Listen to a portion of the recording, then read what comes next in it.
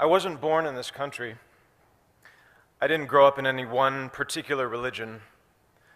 I have a mixed-race background, and I'm gay.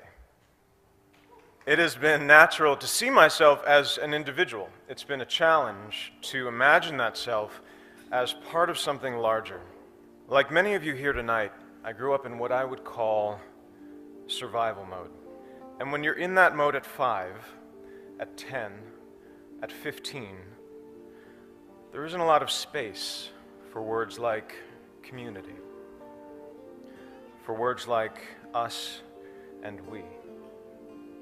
There's only space for I and me. Growing up, I was a target. Speaking the right way, standing the right way, holding your wrist the right way. Every day was a test, and there were 1,000 ways to fail. And when you failed the test, which was guaranteed, there was a price to pay. Emotional, psychological, physical.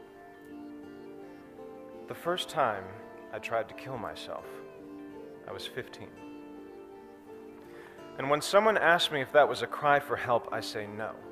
You only cry for help if you believe there's help to cry for. By 2011, I'd made the decision to walk away from acting and many of the things I previously believed so important. The only thing I was left with was what I had when I started. I and me. And it was not enough. When I thought about that kid somewhere out there who might be inspired or moved by me taking a stand and speaking my truth, my mental response was consistently, no thank you. In 2012, I joined a men's group called the Mankind Project, which is a men's group for all men, and was introduced to the still foreign and still potentially threatening concepts of us and we, to the idea of brotherhood, sisterhood, and community. And it was via that community that I became a member and proud supporter of the Human Rights Campaign.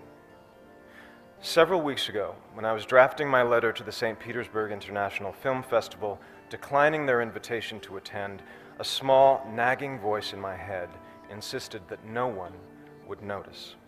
But this time, finally, I knew that voice was wrong. I thought, if even one person notices, this letter, in which I speak my truth and integrate my small story into a much larger and more important one, I thought, let me be to someone else what no one was to me.